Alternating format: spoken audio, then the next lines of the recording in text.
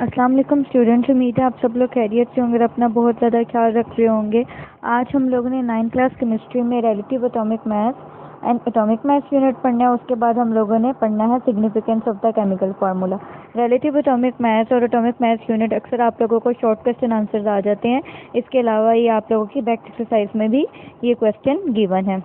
सबसे पहले relative atomic mass unit, इसकी आप लोगों ने यहाँ से पहले डेफिनेशन करनी है। नाम से हमें पता चल रहा है relative atomic mass unit. Relative मतलब जिसका किसी से कोई रिलेशन हो, ताल्लुक हो। तो पहले हमारे पास स्टार्टिंग में जब हम लोगों ने एटम के मास कैलकुलेट करने थे, तो जो जितने भी साइंटिस्ट थे वो कोई ऐसी आसान टेक्निक ढूंढ रहे थे जिसकी वजह से वो आसानी से किसी एटम के मास कैलकुलेट कर सकें। तो उन लोगों ने एक स्टार्ट किया था एटम के मास को कैलकुलेट करना रिलेटिव एटॉमिक मास यूनिट से। जिस तरह अगर हम लोग कभी कोई सब्ज़ी लेने जाएं या कोई भी चीज़ जाएं तो हमारे पास एक क्या होता है, मेजरिंग बैलेंस होता है, एक तराजू होता है। उसके ऊपर दो साइड पर, एक साइड पर हमने किसी चीज़ का वेट रखा होता है और दूसरी साइड पर हम उस चीज़ को तोलते हैं। फॉर एग्जांपल अगर हमने 1 किलो कोई सब्ज़ी लेनी है तो साइड पर हमारे पर एक स्टैंडर्ड यूनिट होता है 1 किलो, और दूसरी साइड पर हम सब्ज़ी रख देते हैं जिससे हमें पता चल जाता है ये 1 किलो हुई है कि नहीं हुई। इस तरह ये सिर्फ आपको एग्जांपल दे रही हूँ, साइंटिस्ट ने ऐसे एटम के मास कैलकुलेट नहीं किए थे, लेकिन मैं आपको कंपेयर बता रही हूँ किस तरह कंपेयर किया जा सकता है। तो इस तरह साइंटिस्ट ने एटम के मास को कैलकुलेट करना स्टार्ट किया। स्टार्टिंग में सबसे पहले हम लोगों ने हाइड्रोजन लिया। हाइड्रोजन का आपको पता है मास क्या होता है, 1.008 ग्राम होता है। तो उन्होंने हाइड्रोजन के साथ कंपेयर किया कि फॉर एग्जांपल अगर आप लोगों को एक आप लोग सिचुएशन इमेजिन कर लें कि एक तरफ तराजू है, एक तरफ हमने हाइड्रोजन रख दिया और दूसरी तरफ बाकी दूसरे जो है एटम के मास करते जा रहे हैं और उसके साथ उसका रिलेशन लगा के कंपेयर करके हम जो है मास कैलकुलेट कर लें।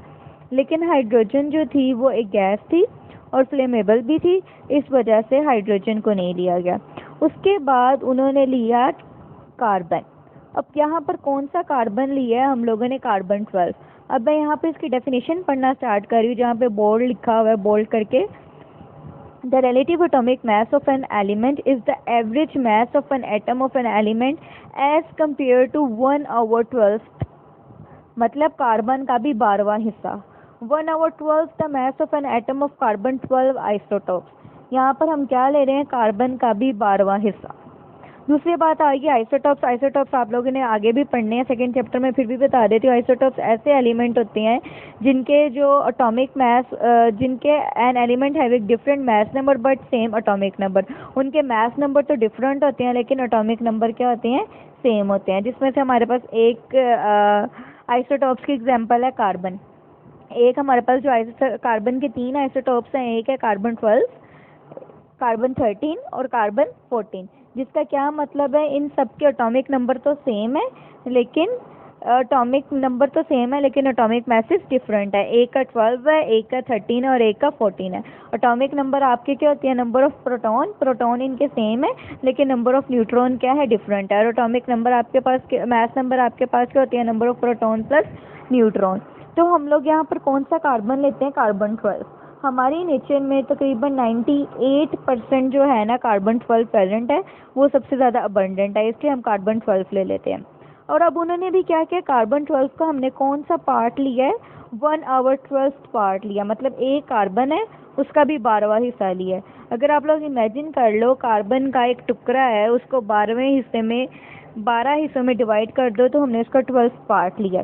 अब इन्होंने किस तरह कार्बन का साथ कंपेयर करना स्टार्ट किए, एक एग्जांपल है, सिर्फ एक तरफ क्या रख दिया, फॉर एग्जांपल हम लोगों ने स्टैंडर्ड कार्बन का 1/12 पार्ट रख दिया और दूसरी तरफ उस चीज़ को कंपेयर किया जाता था। और इसका जो यूनिट है रिलेटिव एटॉमिक मास का, वो हमारे पास है एटॉमिक मास यूनिट, जिसको हम रिप्रेजेंट करते हैं, सिंबल है AMU। और एक MU किसके इक्वल होता है, 1.66 × 10⁻⁻24 ग्राम। हम लोग इसको किलोग्राम में नहीं ले सकते क्योंकि आपको पता है कि एटम का साइज इतना छोटा होता है, अगर हम एक फुल स्टॉप भी लगाएं उसके अंदर मिलियंस जो एटम्स हैं वो प्रेजेंट होते हैं। तो इसलिए हम लोगों ने इसको किलोग्राम से उसके ग्राम में एक्सप्रेस किया है, वो क्या है 1.66 इंटू 10⁻⁻24 ग्राम। अब आप देखिए -24 ग्राम है, ये भी वैल्यू माइनस में है, तो अब देख लें कि इसका साइज़ कितना छोटा होगा। उसके बाद आप लोगों ने एग्जाम्पल्स याद करनी है, बहुत इंपॉर्टेंट है, ये MCQs में हमेशा आ जाती हैं कि मास ऑफ प्रोटॉन कितना है, न्यूट्रॉन कितना है और इलेक्ट्रॉन कितना है, ये आप लोगों ने याद करने हैं। उसके साथ एक छोटा सा टॉपिक हमने और पढ़ना है, ये भी आप लोगों को जो है अक्सर पेपर्स में आ जाता है, ये आपका है जी significance of the chemical formula. ये जो फ्लावर नज़र आ रहा है ये आप लोगों ने कहते हैं इसमें फ्लावर नहीं बनाना है, इसको पॉइंट्स में लिखना है, इसके सिर्फ 5 पॉइंट है और इसको जिस तरह आप लोगों का कोई भी लॉन्ग क्वेश्चन होता है उसको पॉइंट में लिखते हैं, इसको भी पॉइंट्स में लिखना है। इसी तरह आपको आ जाता है कि केमिकल फार्मूला के सिग्निफिकेंस क्या है।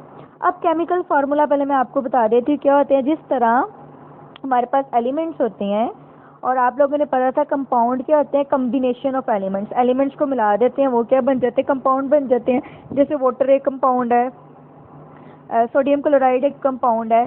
तो अब हम लोग कंपाउंड को किससे रिप्रेजेंट करते हैं, केमिकल फार्मूला से। अब मैंने कह दिया water is a chemical compound and what is the chemical formula of water, H2O is a chemical formula. अब मैंने कह दिया sodium chloride is a chemical compound, तो मुझसे पूछिए कि सोडियम क्लोराइड का फार्मूला क्या है, तो NaCl is a chemical formula. अब इसके सिग्निफिकेंस क्या है, इसके फ़ायदे क्या हैं, आपको यहाँ पे सिग्निफिकेंस भी पूछा जा सकता है और इम्पोर्टेंस भी पूछा जा सकता है। सबसे फर्स्ट मैं पढ़ रही हूँ, it represent the name of the substance, for example water. जो केमिकल फार्मूला है वो हमें किसी भी सब्सटेंस का नाम बताता है, जैसे वाटर हमारे पास H2O क्या है, एक वाटर है। It represent 1 mole in the molecule in the balance chemical equation. जो हमारे पास बैलेंस केमिकल इक्वेशन होती है उसमें वो मोल को रिप्रेजेंट करता है।